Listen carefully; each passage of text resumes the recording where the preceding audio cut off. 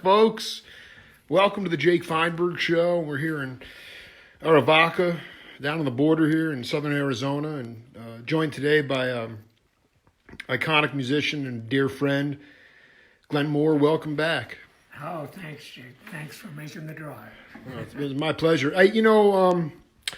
Jade Visions, we just, that was but you said the last time you played that on this bass, or I was on Scotty LaFaro's bass. You talk about how that happened? Oh, yeah, that was kind of a long story. Scott LaFaro, when he went to work with Bill Evans, had a bass, not a great bass, but it was a bass he could play the gapoopy out of, but it wasn't a great bass, and he knew Red Mitchell at the time, and Red, who had worked a little bit with Bill, knew that this would be a great gig for Scotty, and Red said, "Man, you're going to need a better bass." And Red was always looking for a better bass, and he found a bass. It was a Prescott bass, which was made. Prescott was a maker, I think, in Massachusetts, and maybe kind of in Beethoven's time, early 18th century maker. And he made basses, like really large basses, actually basses that he had copied. This is a version of a copy of what was popular at the time, which is a Klotz instrument made in Mittenwald in Germany. And Prescott copied this oversized, this bass used to have, it was cut down, but it used to have these beautiful, what they call bassetto corners, which you can see a little bit of the the purfling was on this special thing. They had to put another back on it after the guy had brought it from Kiev. Broke on the plane? No, he carried it across Mongolia and it was on horseback, and eventually ended up in L.A. at the beginning of the 20th century. But so Prescott made these basses, and at one point he made, I think he also made umbrellas. There weren't a lot of bass players who wanted great basses then. In 1805. Umbrellas, offset the money, yeah, it's good. Yeah. So he made, I think somebody found a card of his that said contrabasses and umbrellas. And at one point, the New England Conservatory asked him to make some smaller instruments for the students, and so he did 8 instruments for them. And one of these came down to Red Mitchell, knowing about it, being for sale, and that was the bass that Scotty got. And so Red said to Scotty, "You need a better bass." He already knew about this bass. Yeah, he knew about a bass. He knew where everything was. Knew where all the bodies were. So Red was a helper. He helped anybody that deserved it. Sort of. Mm-hmm. He had a thing. He was really a fabulous player and just a wonderful friend to many, many musicians, myself included. And so Scotty had that bass for the couple of years that he played with Bill Evans. And when Scotty died in a pretty horrid auto accident, that bass was, I think, in the trunk of the car, and there was a fire and it burned up about 35% of the instrument. And the instrument went back to the fellow who had done work on it for Scotty. Sam Colstein was his name, pretty famous guy.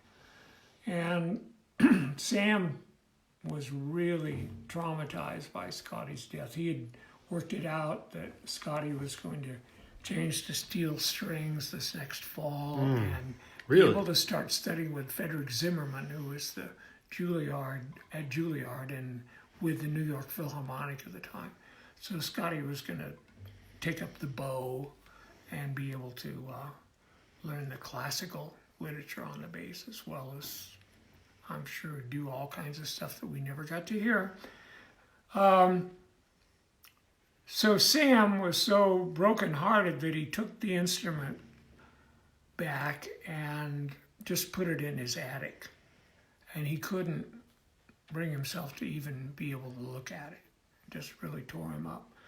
So fast forward many years later, when Dave Holland moved to New York in 1968, the spring of 68, well, we met soon thereafter, and Dave and I ended up going out to Colstein's and going up to the attic to look at this instrument, and Sam just started crying and couldn't even, he had brought a flashlight, but he just took it and went back downstairs. He could not bring himself to look at the instrument. It was still charred up too. Yeah, and just the whole thing of losing Scotty. Yeah. So years later, Sam's son became a very accomplished bass maker, and he restored that instrument. And there was a big article in the International String Bass magazine about all the things he had to do. And he restored the instrument, replaced the parts that had burned, and he was able to look at pictures, I think, of other instruments, other Prescotts, and see how the instrument was. And eventually he restored that one, and he made several copies of it as well, while he had it all apart and could do the measurements and everything. And eventually this instrument went to Ithaca, New York, where the bass teacher there had it and was able to have the bass convention there 3 years ago now, so that people could come and see Scotty's bass and the copies. He had 2 copies of the instrument as well. Nicholas Walker is this fellow's name, a really enterprising, super duper young man bass player who teaches at Ithaca. So when I was going to go to that convention, I could not drive there, because you can really no longer fly a bass unless you've got a lot of money. And even then, they'll put you off the plane. It's not so easy anymore. But I was going to go. I was going to try and drive or take a train, and it didn't work out. And finally, as the convention got closer, I called Nicholas, who was a one-time student of mine, and said, "Nicholas, you know, I'm not going to be able to bring my bass." And he said, "Well, hey, that's fine." He said, "You can use Scotty's bass." And I'm like, oh my God. So I thought about that and called it back and said, okay, I'll do that. That's all right. And Nicholas said, well, what are you going to do? And I said, well, I don't know. I said, I'm going to meet LaFaro's bass. So my presentation was called Meeting LaFaro's Prescott. And so I was able to go. So I went a few days early, took extra strings, because Nicholas is a classical player. He's not a jazz player. And so he'd had this instrument there for a couple of years and been able to play it. But as it turned out, he said every time he went to the practice room where this instrument was and tried playing it, there was like a presence there that he had no idea what it was, and it scared him. It was a life force, a spirit force there. Some spirit force. So I went there a few days early with all my strings. Nicholas had just... Technology. Yeah, technology is calling. Maybe it's Scotty. Maybe it's Nicholas. Maybe it's Red. It could be all 3 of them calling on. Yeah, it's so beautiful, it's man. It's a party call. Yeah. So I So I went and I took the bass in my hands, and Nicholas had just changed strings on it, and he'd put a string that I was not crazy about on it, and it was just wiry and had this like, oh man, just terrible, ordinary sound to it. And I said, well, Nicholas, have you been playing this? He said, yeah, well, I try to, but it keeps freaking me out. So I haven't really played it. He said a couple of people have borrowed it to do recordings. He said Mark Johnson borrowed it. And there's a fellow there's this guy who has transcribed all of LaFaro's solos. And he had borrowed the bass to play on it. But they both reported that the instrument was kind of lifeless because it's been living in in an attic It's been living in upstate New York where it gets cold. And it's in a room by itself, and every once in a while, whenever anyone comes around, it never really gets played. So Nicholas had the idea that he wanted to bring the instrument so people could come to his room and play it, and play the copy of it. But he did not. I had planned to take the instrument away, change the strings, and play on it, and play on it, and play on it. My program didn't start for a week from the time that I got there, and so I thought I could bring the instrument in to get some life out of it. And he said, no, he said, it's got to stay in this room. He said, you can come by and play it now and then, but mostly the door will be open for people to play. So I was crushed and realized that, okay, what I had originally planned to do was use 3 instruments because I'm now playing with the second altered tuning that I've had, which is tuning in fifths, which is what this instrument is now. And I plan to do a presentation with 3 different basses in 3 different tunings and talk about what it's like to do that, to change your tuning, what happens. And so I went to the other makers at the convention and found out that I could get instruments. I could borrow some other great instruments. In fact, one was a Prescott that David Gage, who has a wonderful shop in New York, had. But I could not get the strings that I would need for these 3 different tunings. All the people that sold strings were at the convention, and they didn't have these things that I ordered specially. So I went on and on and on, playing my own bass every day, just all day, trying to, I played a Charlie Hayden's bass, which was there, which is an amazing classical bass, and a whole bunch of really good instruments. I played and played. Meanwhile, people are coming to this room. There are 1,400 bass players there.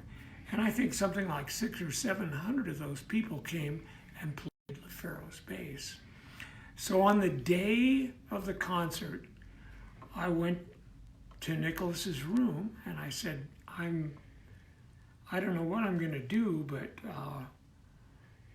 I picked up Scotty's bass, and because all these people had come and played it, and because they were running a continuous loop tape of Scotty's playing in the room, so people would come and play their favorite notes that Scotty played, and this and that. That instrument was alive. So I took that to my presentation, which was just 50 minutes that day, and played that bass and talked about hearing LaFaro's music and what the effect that it had on me to be able to hear him. It was just unlike anyone else, and was able to do this pretty nice class with that instrument. Yeah, talking to Glen Moore here. Can you play something in memory of Red Mitchell right now? Because he was the one that also came up with his own tuning, right? I mean, Red Mitchell used this tuning. Yeah. So anything in that vein, make it a little more for the layperson understand. Well, I heard him play, the thing you have to do with Red Mitchell is you have to go. There's a record that he did with, what's his name? He's still alive. There's a tenor, there's an alto player who's still alive who did a record Just basing called out. I Concentrate on You. And it's a Red Mitchell and Lee Konitz album. You can go to the, go to YouTube Right. and ask them, and thank God they have it there. I can't begin. Well, the only thing that I remember is that he played this line. I listened to the album one day and realized I had to switch to this tuning. The line went.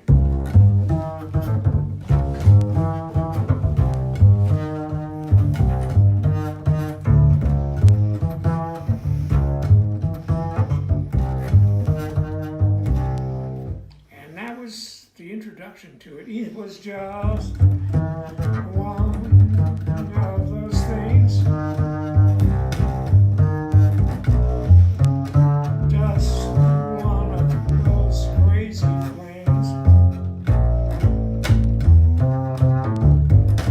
Anyway, I'm not going to sing for you. A trip to the moon on Gossamer's wing, just one of those things. So, Red, you can, those two intervals on the fourths tuning just don't even work. They can't hear them, they're not under your hand the same way they are here. So it made a pretty huge difference what Red did. And he was a great player, but he played with gut strings in his days when he was tuned Right. to the fourths, the regular tuning that most people use, that this bass has now. That's got the gut strings on it. That's a regular fourths tuning in gut, and there's only one gut string on here. It's the top one.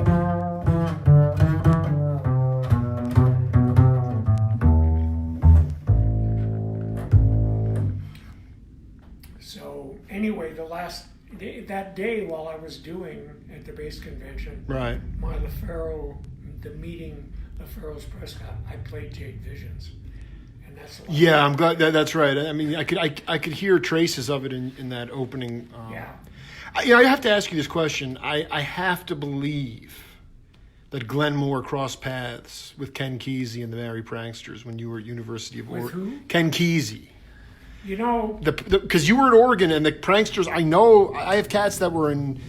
The Pranksters were all over University of Oregon campus. So I'm like I wanted before it flew out of my mind. I wanted to ask you anything related to Kesey. Was there any? okay, I did not meet Kesey in Oregon.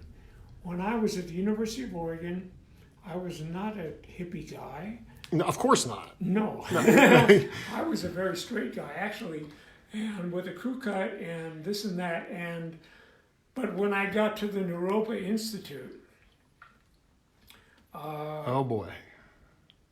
Kesey came in the summer of '68, and there were all these poets there, and the Kesey came and did a lecture, and Kesey was a farmer in Eugene, actually. Absolutely. He raised sheep, and the local somehow. No. His family, his brother had a yogurt. They had a big. The creamery. They had a creamery. Creamery. Yeah. So when he came to give a very interesting lecture, You remember it? Do you remember what he was talking I about? was there. Oh, I love this thing. The thing was, the only advertisements were printed in the local agricultural magazine. And so about half the audience for this Buddhist talk were farmers with Unbelievable. rednecks and Cowboys. From the sun. Yeah, and he was wonderful, and they could sit and listen to him. People did not get up and walk out when he said some of the things that he said.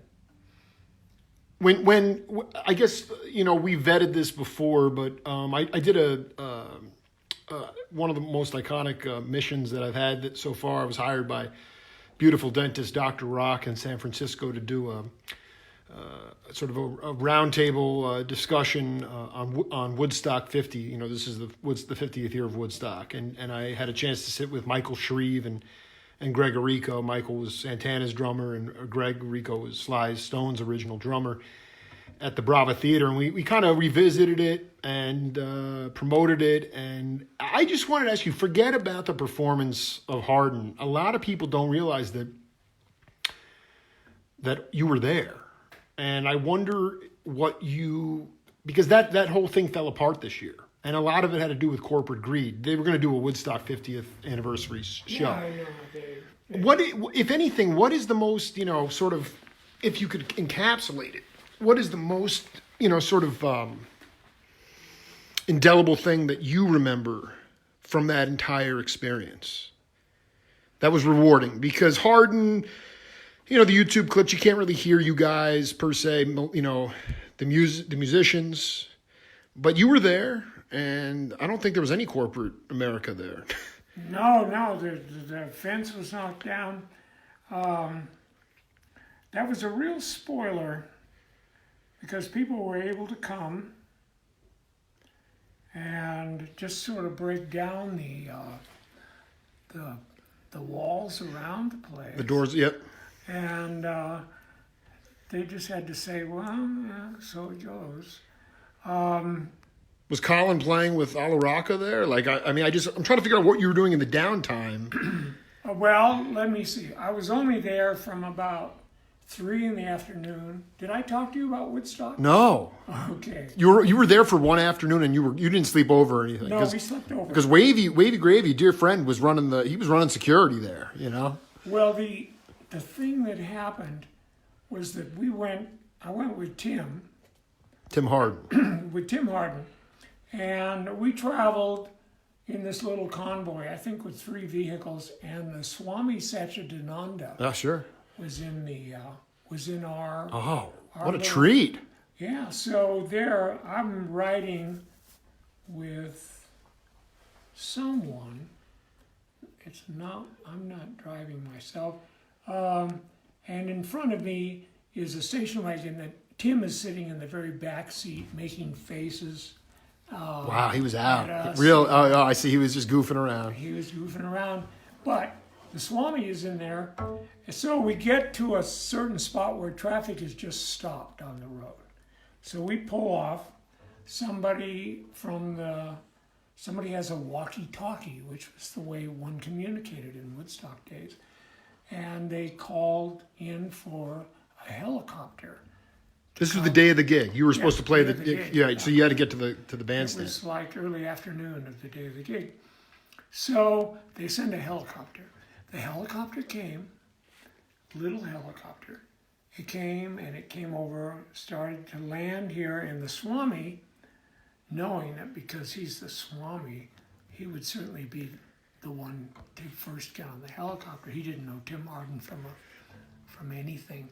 So he goes over and he has on a robe. And when the helicopter comes down and pushes all the air, his robe goes up like it was complete. It was cut, so it was a full piece of material. Unreal. And he was wearing like tiger skin underwear. Dude, So- this is unbelievable. So Yeah, you heard it here. So Swami gets on the helicopter. he gets on the helicopter with a couple of other people, and then it comes back again and gets the rest of Tim's band. And then finally, I have my little bass, which was even smaller than this one, my Pullman. And the guy was really pissed because I got in and the bass barely fit in at a diagonal into this little helicopter. And so we get in and he flies up the couple of miles on in, and here are all these people. What a scene it must have been. You had no idea when you saw it coming in with the helicopter. There was a landing pad there? I mean, where would they put you? Well, it's just a field. Yeah, but there were how many hundreds of thousands of people were there? There was. You know, the first afternoon, I don't know how many people were there, but there were definitely a lot of people spread out over this, down into this sort of valley and up a couple of ravines that go off and up. I see for the first time in my life a line of what seemed to be maybe 50 porta potties. And I'd never seen more than one porta potty in my life. It was a fairly new invention at that point. 50 of them. Yeah. The hog farm brought them up with in a wavy. row. Unbelievable. And maybe it was only 25, but it looked like 75. way too many. And it was, well, it was mind-blowing. I had never been in a crowd of people where there was no uptightness, ever. I never. And when Ralph wanted to go and get a carton of cigarettes, which is how you had to buy cigarettes when you got there, they'd sell you a carton. I'm sure that didn't last for long. But we walked out amongst the folks from being backstage, and it was mind-blowing how untense things were. Really? Yeah. That's beautiful. I mean, because there was really no police presence. I often think about if they had one this year, 2019, how much soul, there was a lot of soul there. And a lot, I'm not going to say love, but there was, because there'd be corporate banners everywhere this year, and there'd be a huge police presence, and there'd be 250 porta potties, and that's fine, but it would be not. In some ways, I'm almost glad it fell apart, but I felt like, when I talked to Greg and Michael about it and revisiting it, I mean, Michael took a drum solo that got captured on one of the 3 TV channels. He, within a few months, became an overnight success. Santana did not even have a record deal. That's the most insane thing. Bill Graham sent the promoter of the Woodstock two tapes, pick one of these bands. And they got there. I mean, that would be antithetical today to have a band come to a festival without having one record out. So much. You talk about untense, and then you guys just hit the road after you guys got out of there. Well, we spent the night there because it was foggy there. Nobody could get out. They couldn't fly. Was Harden in kind of a mess? Did he pull it off okay, or like did he hold it together? It was okay, but we'd rehearsed all summer long for things, and it was hard to tell. I had the feeling that he'd forgotten what it was we'd rehearsed, and it wasn't. They had a round stage that they could move. They could set up the band that was going to be on next on the backside, and then they could turn it around. I don't know. I didn't see the workings of that, how that was built. Right. But it was pretty wild. Somebody did a show right around that time, and I talked to a guy in Minneapolis, and he made me think about it for several days, and I had more to say about it then. I've, thank goodness, kind of forgotten it now. It's not on the tip of my tongue, but I thought that there was a kind of, there was a kind of sound system there, but there really wasn't anything, like what eventually became, just necessary for any and everything. And so it had a very innocent vibe, and it never was recreated.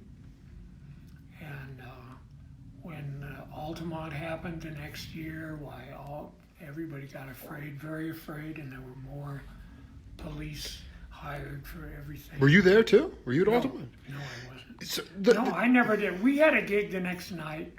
I left, and I never looked back. But I got to hear Richie Havens. I got to hear Joan Baez.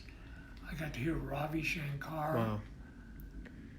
Beautiful. You got it really a world and folk vibe that first day, or whatever day you saw. Yeah, that was. I mean, Arivaca was talking about with Sly Stone. It was raining, and then Yeah. They came out at like 3 in the morning, and there were 150 people underneath the stage holding up the wooden stage to play. So it was like, it was one for all. I mean, I want Glen more. This is something that's kind of, you said something to me in another interview, Miles and Wayne, those guys were listening to modern classical music in the iteration of the band that you were listening to. Mm-hmm. You weren't making money playing that kind of music, but that was modern. They were incorporating modern classical music into theirs. Then Jan Hammer comes to see you guys in 1980, right? Yeah. And let me just go back for a minute. Tony Williams and Ron Carter were also breaking up time and form, which was new, which made it modern. Okay, at that time, 65, 66 area. Then Jan Hammer comes to you and says, you guys are the modern jazz quartet, meaning Oregon. Yes. Explain what made you guys modern at that. Because it was Miles was doing his modern thing in the mid 60s. But what made Jan say that? Well, and again, no disrespect to the original MJQ, but I mean, I'm just the thing was Miles with the band with Wayne and Herbie. I mean, that was Herbie. The harmony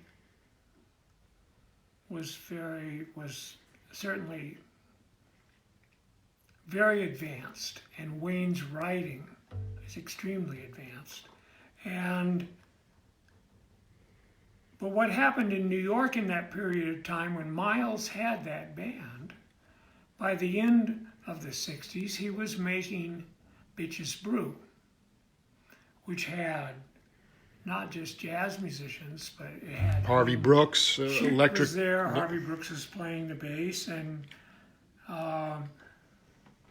it's like every kind of music was represented there. Yeah, this right. was all this potpourri of what was going on at that time. And what came out of that, the people that went, they grew up listening to Miles and wanted to come to New York so that eventually they could play with Miles, i.e. John McLaughlin, David Holland, and many, many more. We ended up making other groups because the influence of Ravi Shankar, being able to hear real Indian music, was just stunning. It was a big deal. Or being able to hear Arivaca Khan really turned John McLaughlin around completely. He was a very advanced jazz player, but here was Indian music. That's right. And odd meters and a kind of virtuosity that was present in jazz music, but with a completely different. Well, polyrhythm. It was all rhythmically different. Yeah, rhythmically and harmonically, just far out. So the Mahavishnu Orchestra started. I was working with Jan at Bradley's playing. Was Bradley's open then? Oh, yes. You were working with Jan when he got the He taught you. I played with him the first night he played with McLaughlin.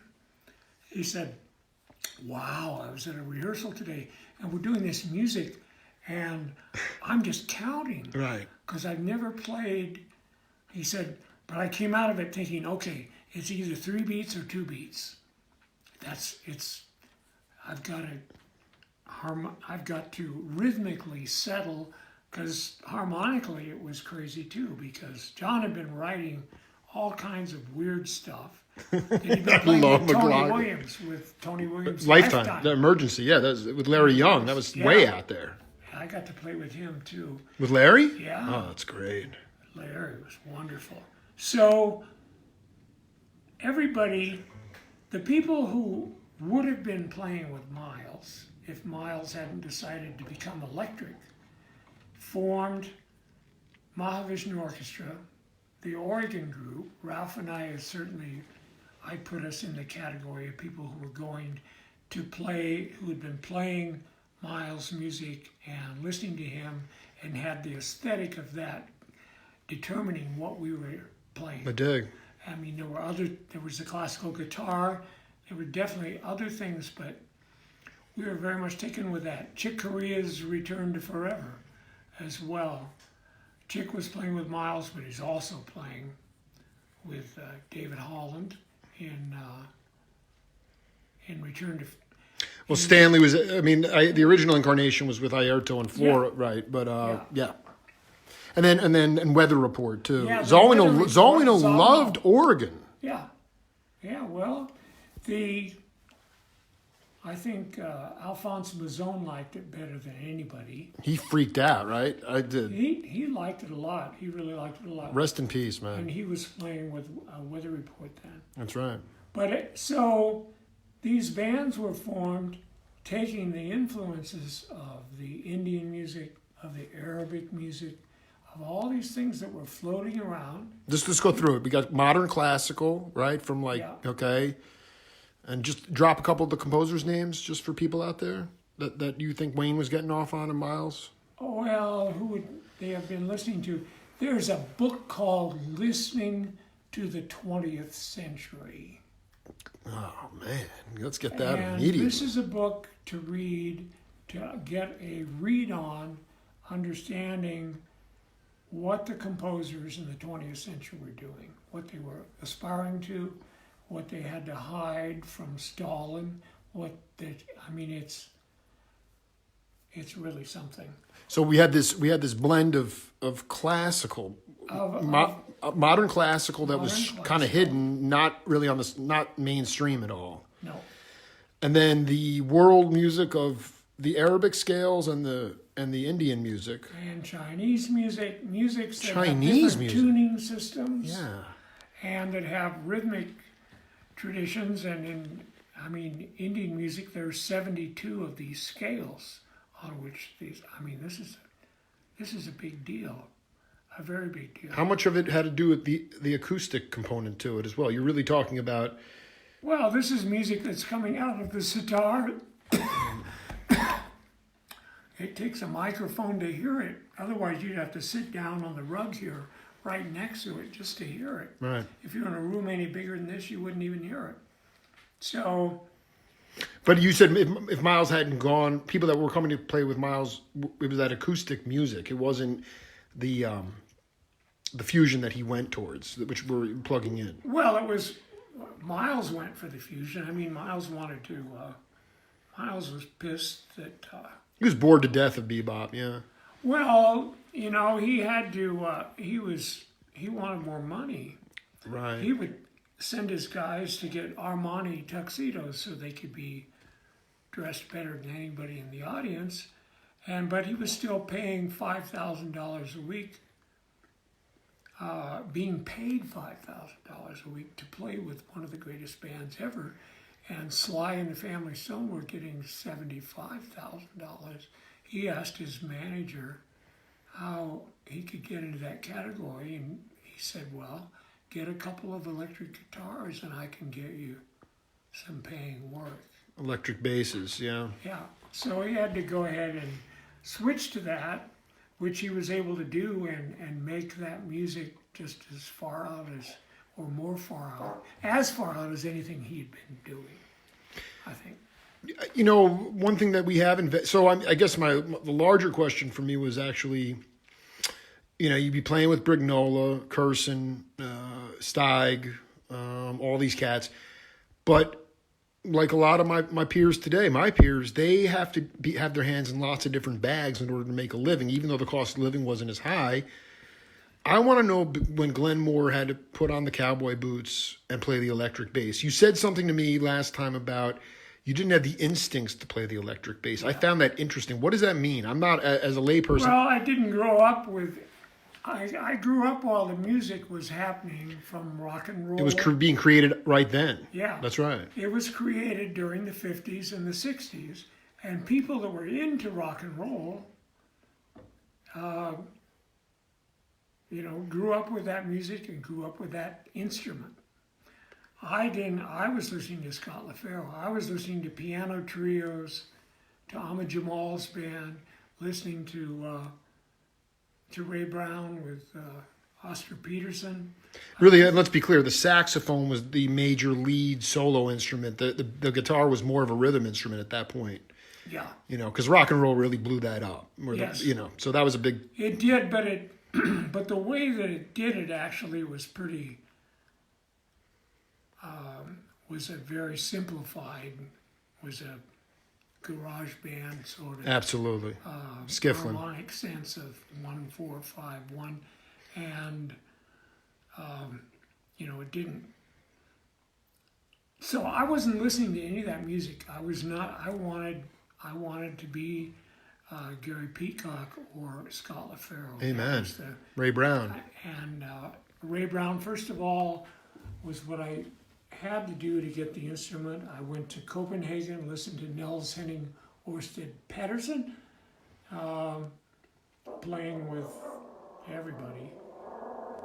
Oh. What is it? What is it, little one? Well, he wants to get out. Well, something's going on. So electric bass, I played on a couple of songs on the first two albums because we needed the sustain of that. On organ stuff. Really? Yeah. I found Colin's, what's Colin's song on play?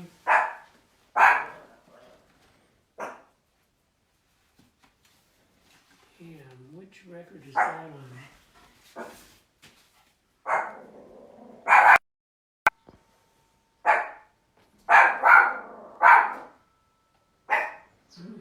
It's not on this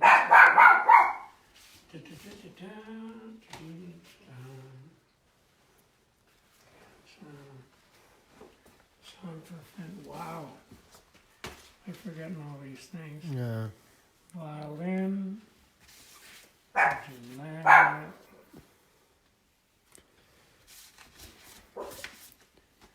It's not on. It's not on our first album. No, it's not on that one. But you talk about the instincts. I mean, because a lot of people say that there's different muscles that you need to use for upright. Oh yeah, it's played like this. It's all this. It's all more guitar, more lute-like, or classical guitar-like. The harmonics speak because of the electronics.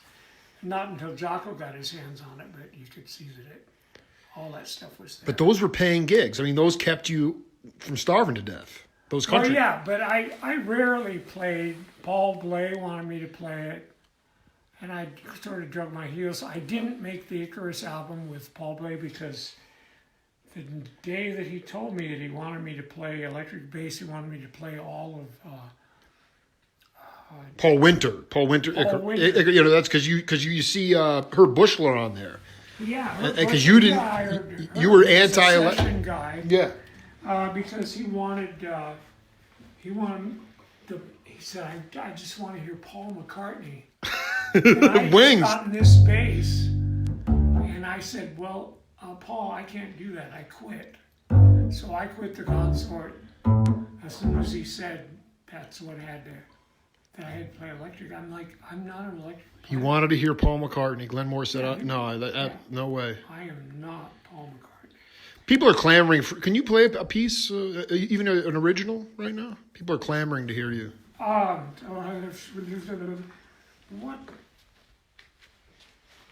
Well, I've been working on this.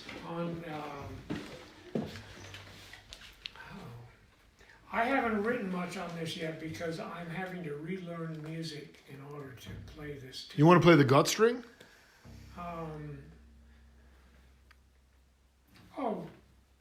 Well, I'll play this first of all. Let's do it. This is what I've been working Glen Moore, folks. is playing.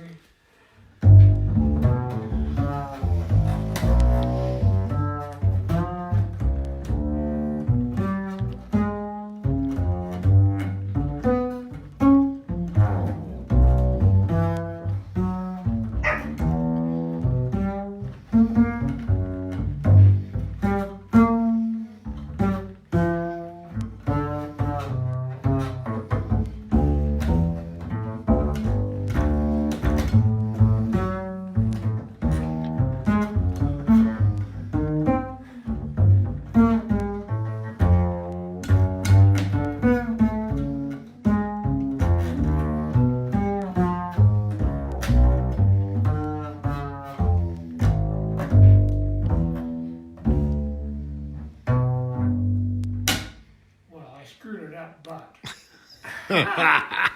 But I've been working on that because there's sort of more real estate on your hands, so you can play an open triad, skipping a note between each.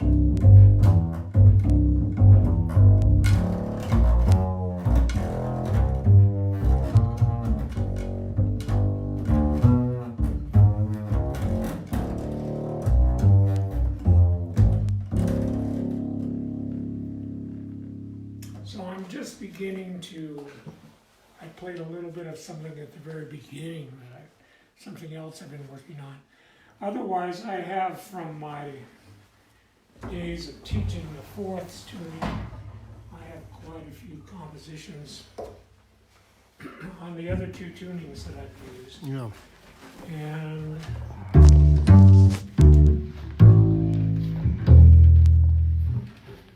have to tune this one up.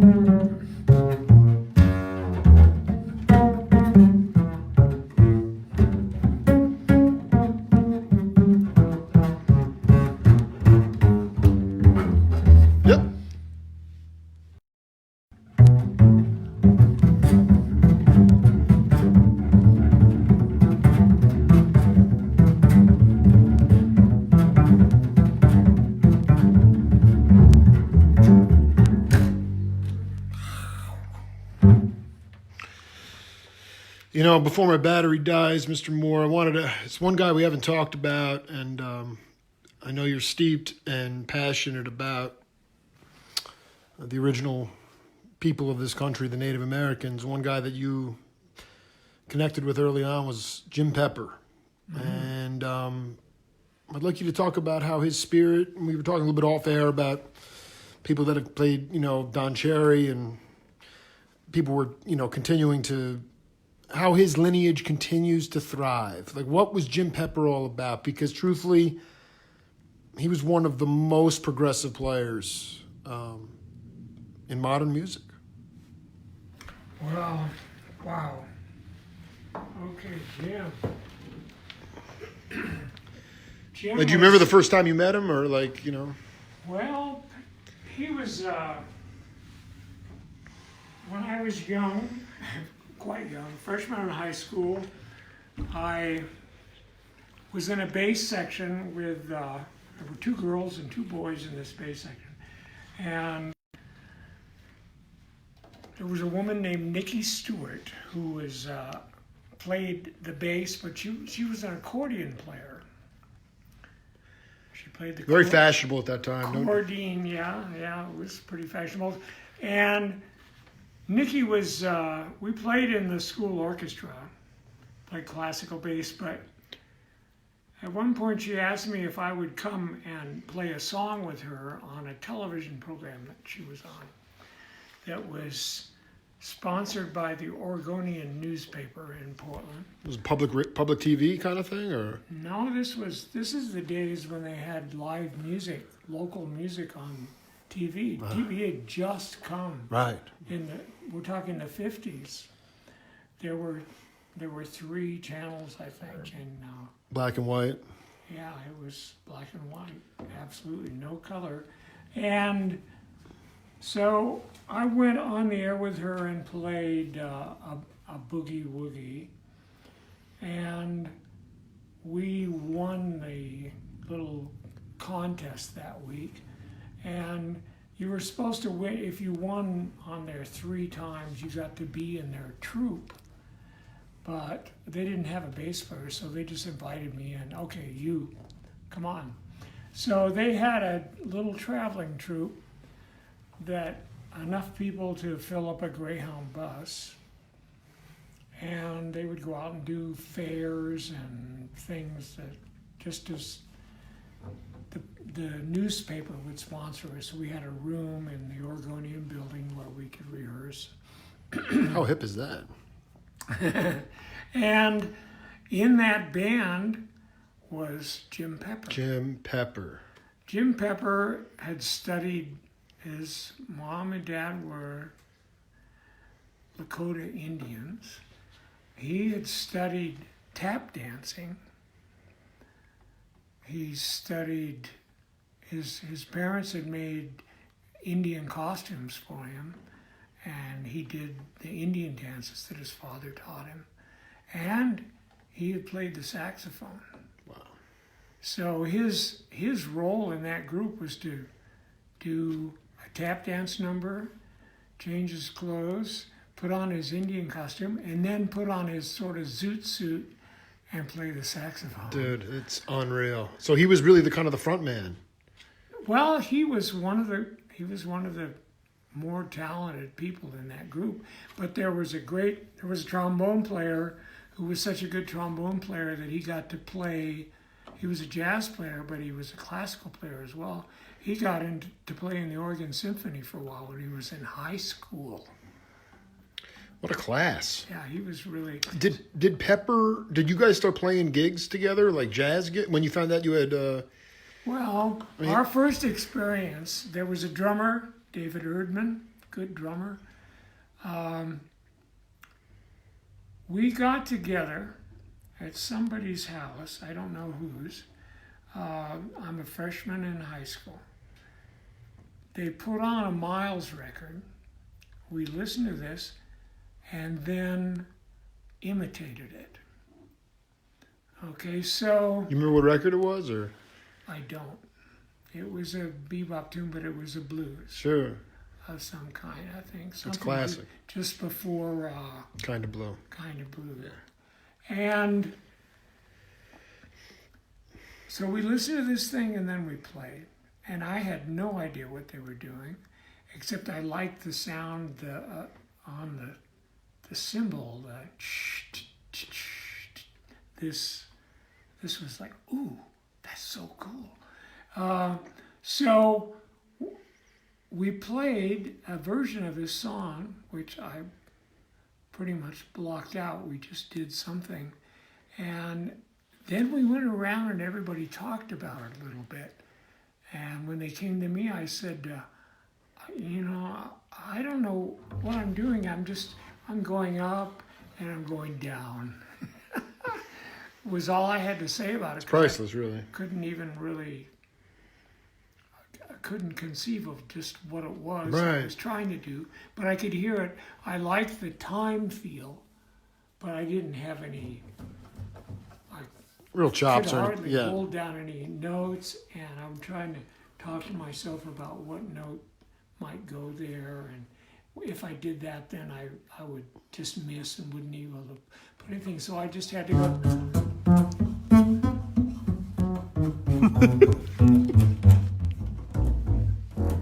So they said, yeah, just keep going up and down. So that was the first and maybe almost the only rehearsal. Really? So I mean, when he had not, when you came to New York, was he still? Did you reconnect with him then? I mean, and oh, I was okay. I'm a freshman in high school, and I went ahead and started going and listening to the sort of beatnik jazz bands that were playing in Portland at that time. you'd have a poet riffing with Several of the guys who played with Pepper were Lee Ritenour. Is that right? No. No, not Lee Ritenour, but a name that reminded me of that.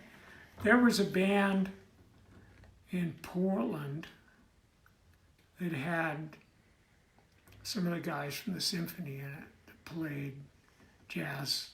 I remember they did whole arrangements of Christmas songs for jazz. And we were able to get into that place, even though it was a bar. I think it was called The Way Out. Perfect. Yeah. Just perfect. The Way But Out. you'd have like a poet. Yeah, there could be a poet there. And you'd have a jazz band backing him up. Yeah. That's just. I mean, that's just perfect. Yeah. So there were these things going on. I took a couple of bass lessons from the guy who was in that band, who was a jazz player and a classical player.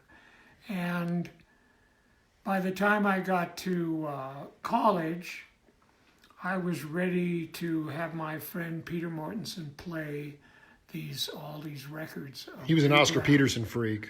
and try and slowly figure out what on earth they were doing. And I knew a lot of those tunes because my mom, I think I told you in the last, my mom sang those songs around the dinner table in the kitchen as I was growing up, songs from the 30s that were in the musicals that she heard and liked. And so I slowly kind of learned by ear how to play some of that music, how to work out the bass part.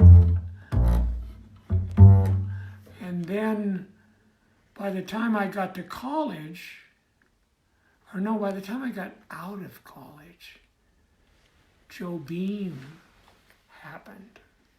Awesome. And so by 1964, I think Brazil 65 was the band that came to Sergio Mendes. Yes. Yeah. And we heard that, got together with the bass player, and he showed us some of the music. Hip. And Ralph was playing that music, and so we played these bossa novas.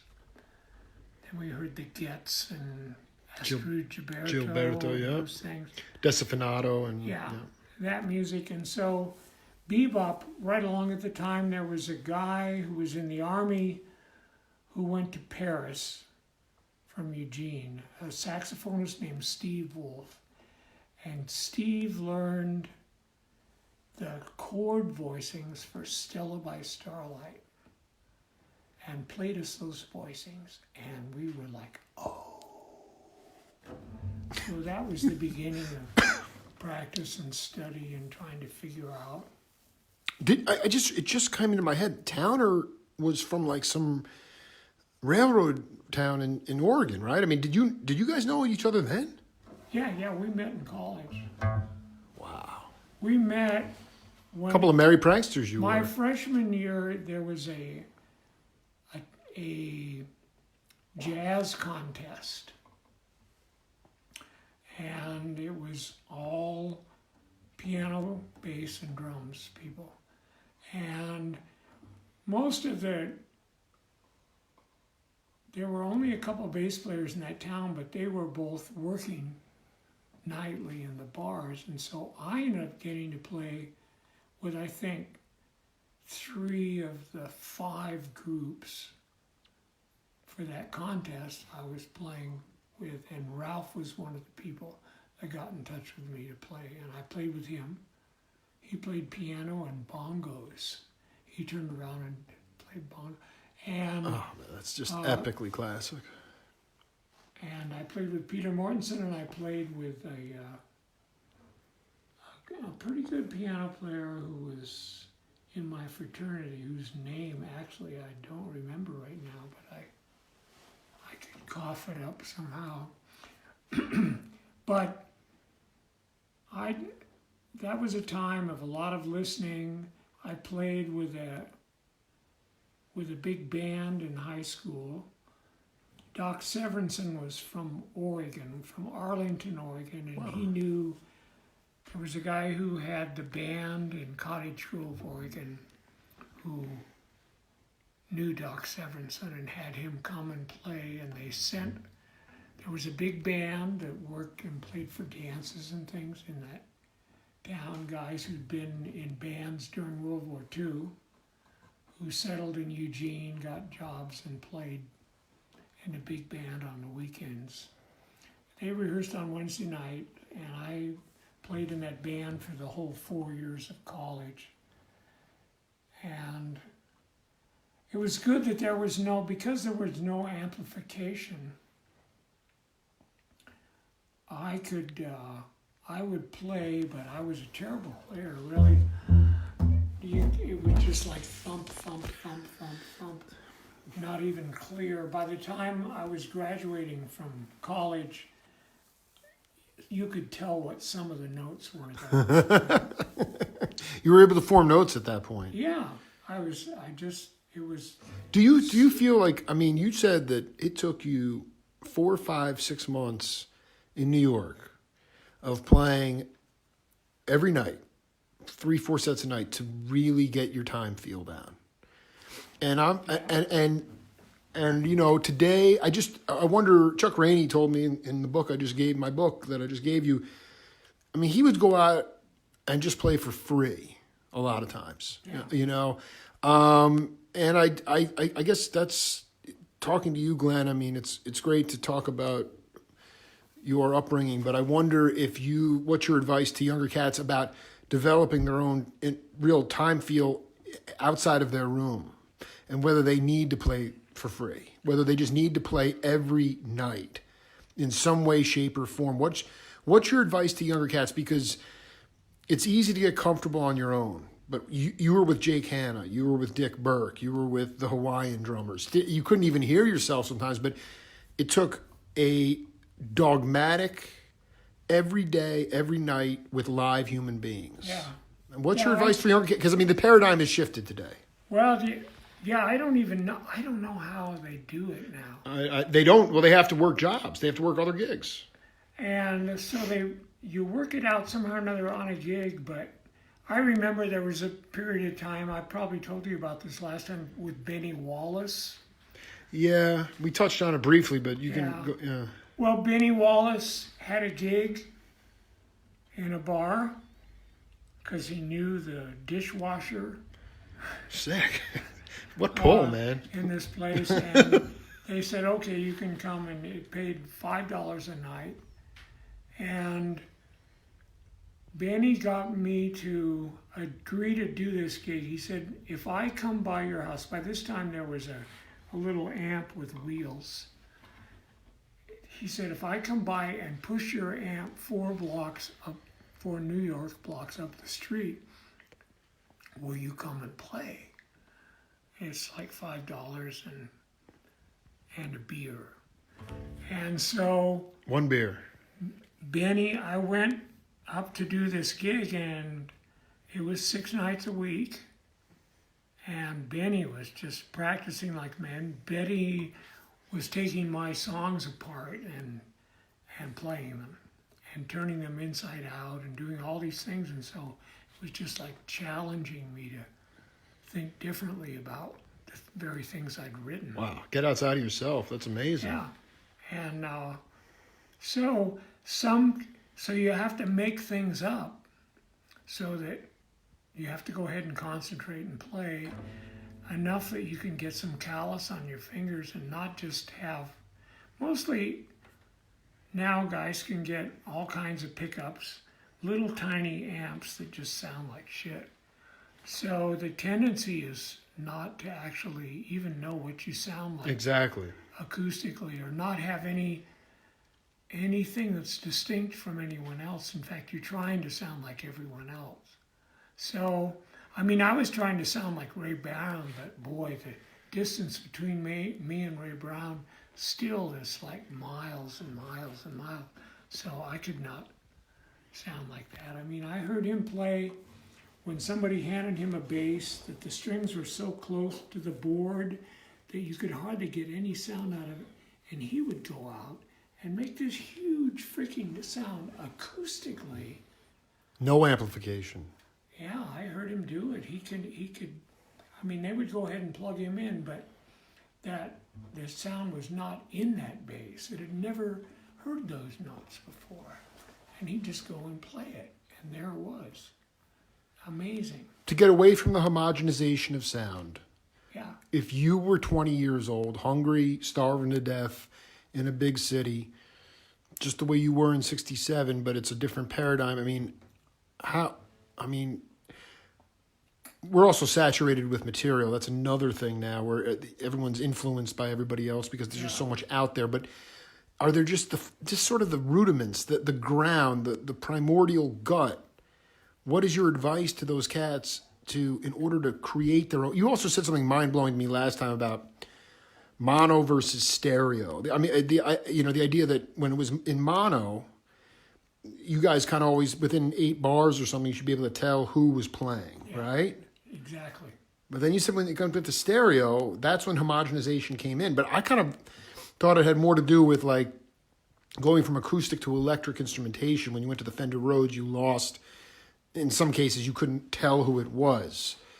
But this, so I don't want to get too far off here, but in today's world, what would you do in order to find your truth? Well, you find somebody who knows something that you don't. Always play with people better than you. Yeah, try and find somebody who can do something, and because at first you're not going to be able to carry anything, and you're not going to be turning anybody on to very much of anything. So you have to find somebody that will show you what they might want you to do, and try and do it. You just have to realize you're a beginner, and what can you do, and just make circumstances and situations, whether it's getting in somebody's garage and playing, and there's no ideal situation. The finding out how to play, with enough callus on your finger.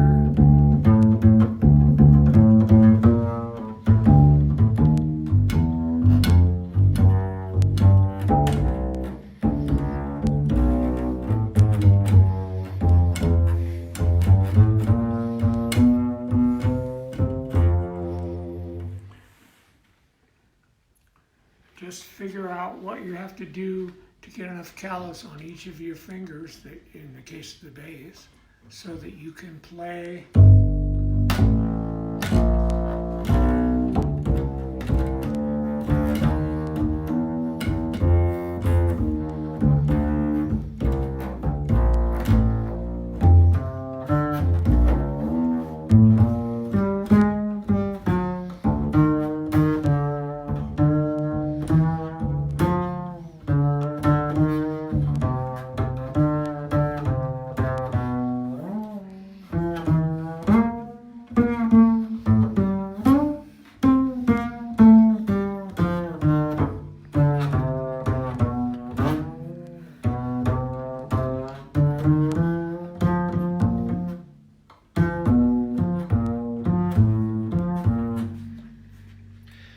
calluses require bleeding, and then once you develop at first, I have what I get my students to do is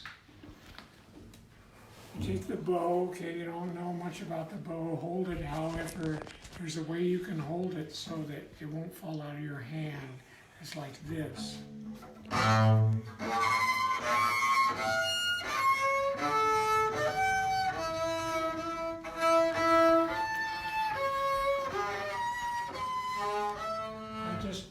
Put my finger where there should be a note. Play the harmonic that's there.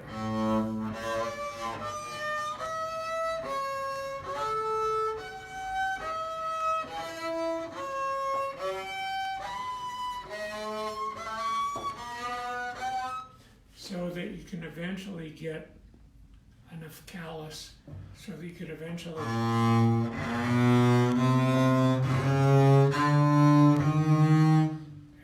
hold the notes down. You could spend 6 months just to. I tried. I just want to be clear though. To hold the notes down, you actually need the scar tissue. I mean, you need you need a lot, like 20 thicknesses of skin to hold the notes down. It takes. I mean, I went to Copenhagen. I was going through all the classical things. They said, "Oh, play this, play that, play something else."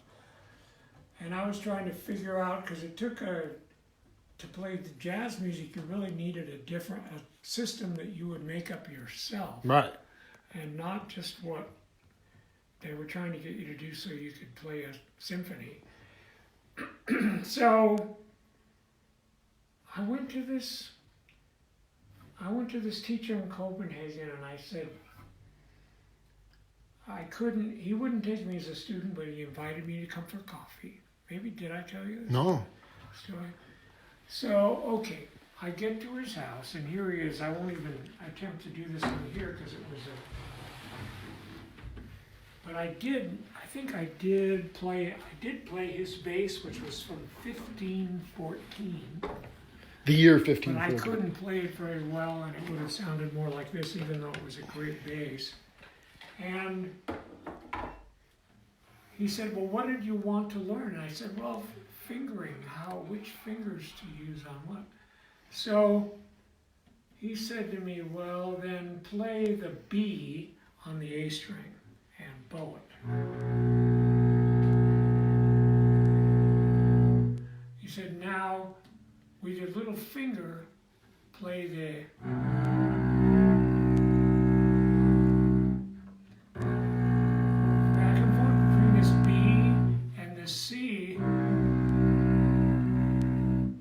He said, "Now those notes sound good, because instead of trying to stretch your hand out, you're just relaxing it and you're playing with your whole hand." He said, "Those notes," he said, "that sounds good. So does the C."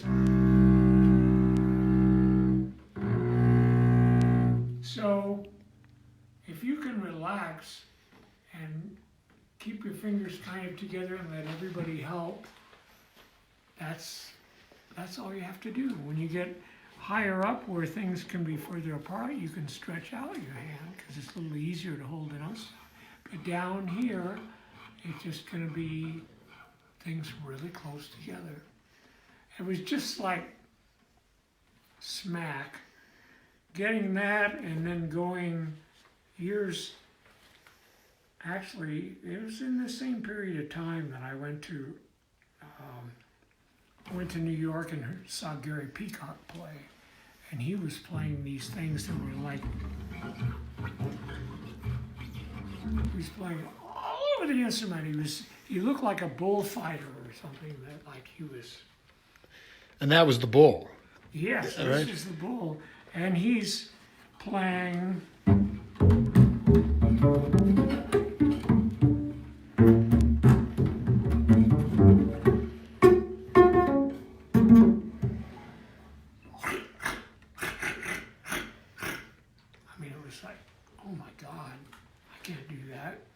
What do I have to do that? Well, I have to figure out how to have a relationship with every finger, with every note on here. Every one.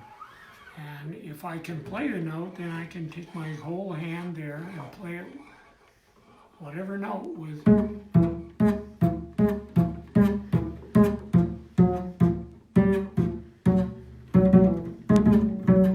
So I started doing, I made a chromatics blues for myself to play that went.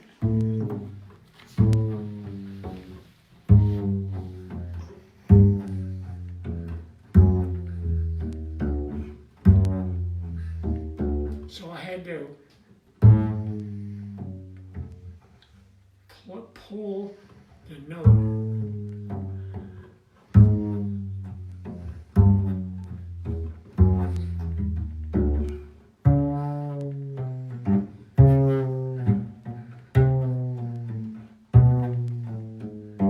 I had to get my hand sort of on top of it enough to.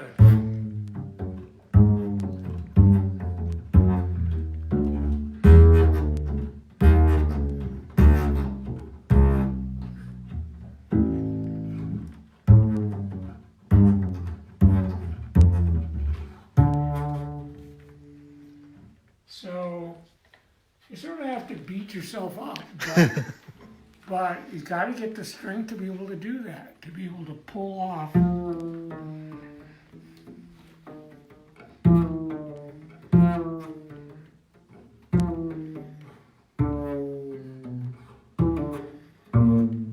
So I started doing guitar exercises that were.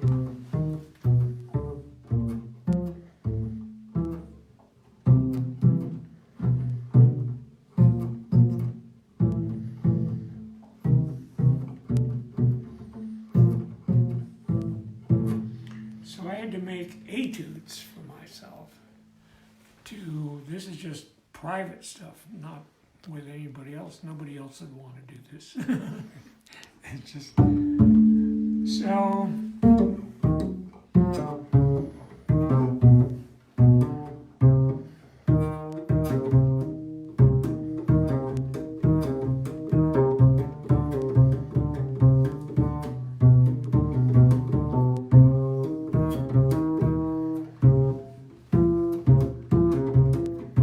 So I made.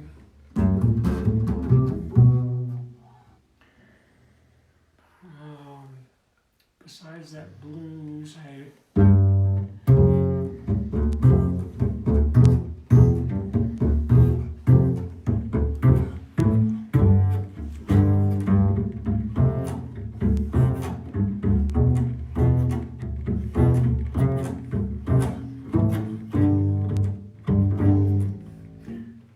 so.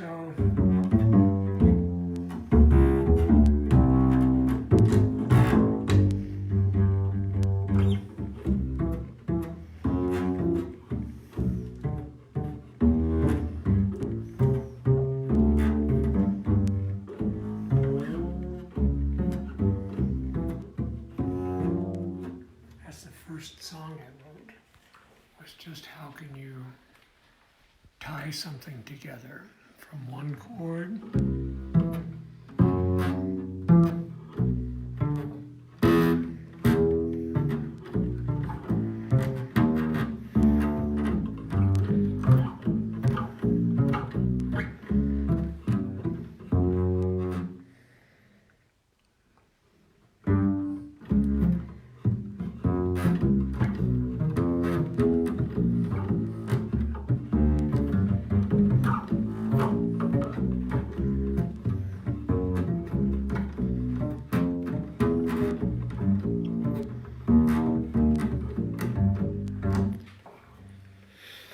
I mean, that's you're stretching back. I don't know when the last time you even tried to play those tunes. Those are the first original tunes you just made up on your own. Uh-huh.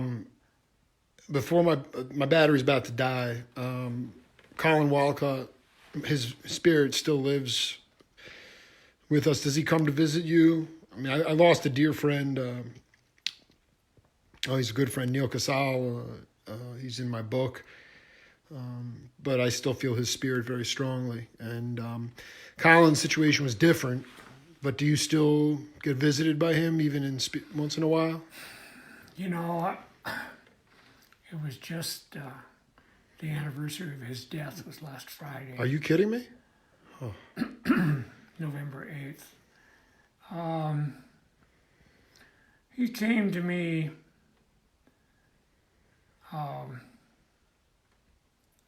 at the time, right after he died. He came to me and, it was Joe, actually, the guy who was driving. Right, your driver on the Autobahn, yeah. Yeah. Joe came to me and with my viola and put it against my back and played it. So I could feel the vibration of it. Colin's just he's in so many things. And he's kind of always about just, I mean, I've often think that someday I hope that the spirits will continue to come and visit me as well. They already are, but yeah. Glen Moore, it truly is an honor to always extract meaningful information, and I know that cats that are truly authentic and searching and seekers will learn from this 5 minutes from now, 5 days from now, or 50 years from now. And Yeah. I can't thank you enough for being part of the show, man. Oh, well, thank you very much. Thanks so much for your curiosity and your... Hey, dig the book, man, all right? Dig the cats, man. Okay, yep. Yeah. We'll be in touch. This is the Jake Feinberg Show. Great. See you later. Thanks a lot, Jake.